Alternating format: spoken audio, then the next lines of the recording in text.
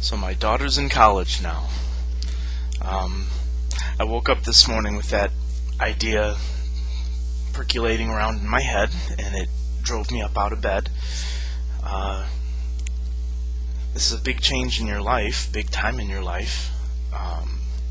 And of course it's a huge milestone in my life to imagine you there. My daughter's in college now. I don't feel like I've got the right to even say that. I still think of you as my daughter. I always have thought of you as my daughter, despite the fact that I allowed Ken to adopt you. I feel like I'm breaking a rule by saying it somehow. My whole life I tried to follow rules. I always tried to follow the rules. Very often I would try to follow the rules so that I knew where the line was between the rule and breaking the rule, and I certainly did break some rules in my life, but I found more enjoyment in following the spirit of the rule or law rather than the letter, or perverting rules in some way, that is, following them on paper but not following them in practice. I always found that more enjoyable than just outright breaking the rules. Although certainly I did do my share of that. When I was a worker at McDonald's, one of the rules was you were not allowed to adorn your uniform or change your uniform or wear anything that's not appropriate with the uniform. And one of the things I did is I would wear a button that had some sort of saying on my uniform apron. Now, it was strictly against the rules, but I had been given special dispensation, I guess you could say. Basically, I was such a hard worker, and the buttons were so innocuous that, generally speaking, my bosses either did not care or actually thought it was kind of cute and funny. I remember one particular day that there was a manager from a different store who was insisting, for whatever reason the manager was working at the store that I was at. Either it was a newly transferred manager who was working there or was filling in because of some shortage, or I don't know exactly. But there was some manager who didn't know me and saw the button and told me to take it off. And I didn't. And the manager told me again to take it off. And I didn't. And the manager told me again. And I said something along the lines of, it's an acceptable thing here. And this manager said, well, we'll just have to talk to the head manager about that. And I said, yes, let's go talk to the head manager about that. And so I left my grill position and went to the head manager's office with this other manager following me, because I guess he didn't expect me to be willing to go to the head manager. The head manager was in the back. Her office was like just a desk area. But I went back and I called out to her and I said, have you seen the button on my uniform today? And she said, no, I haven't. And she came up and read the button. I think it was the one that says, I am decrepit, please mock me. And she read it and she just started laughing and laughing. And she said, those are always so funny. And I looked at the manager and he sort of scowled, and I went back to work and kept my button on. I'm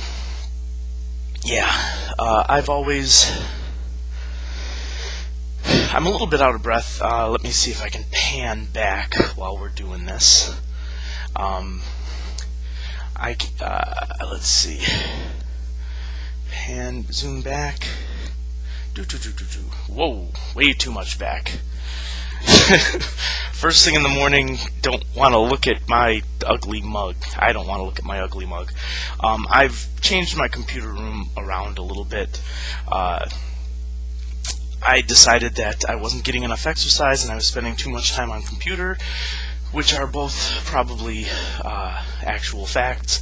And so I put my exercise bicycle and set it up in such a way as I no longer have a chair in front of the computer, I have an exercise bike in front of the computer, which means that I am riding an exercise bike as I'm talking, or as I'm doing any sort of surfing on the internet, which also means that I'm a little bit out of breath as I'm trying to record this for you. And it's also not the most comfortable place. Anyway, so let's see. And for very careful manipulation of the mouse or the keyboard, I have to stop pedaling and do so. Okay, let's see. Zoom that back in. Sorry about the scary face. That was uncalled for at this time of the morning. So, my daughter is in college and I'm very proud of her.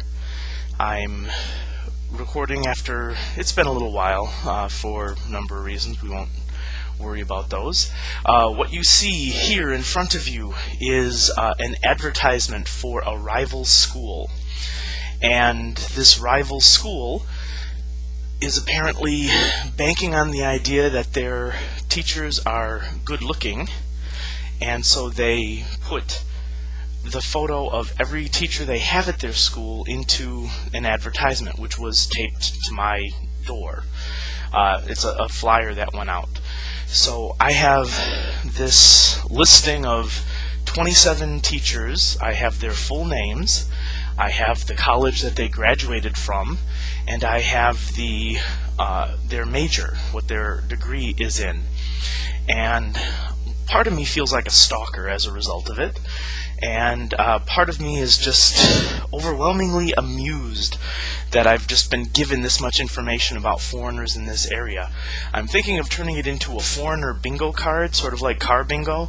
See if you can spot the foreigner. Because there's only 24 slots on a bingo card and there are 27 teachers here, so I could randomly put them together and put them on the card in random orders and give everybody a free spot, and maybe make a little place for them to sign their name. So I'm toying with the idea of doing that. I think I might actually do that. But anyway, that's why that's here, is because the foreigners are a selling point, and I know a whole lot about a bunch of them in the area. I posted something on a message board asking if other teachers would be upset if their school used their picture and gave out this kind of information in an advertisement.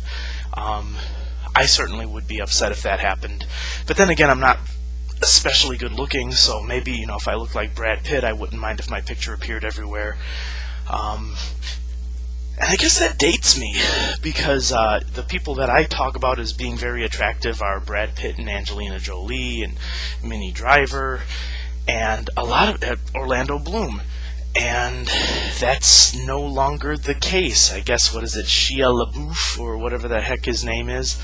I could still talk about Leonardo DiCaprio being a good-looking guy, but he's sort of morphed into an actual actor over the years and has matured, and so I no longer have the same sort of disdain that I had for him when he was a teen heartthrob, so I guess I could call him Leonardo DiCaprio, although I have trouble pronouncing his name correctly after calling him DiCaprio for so many years.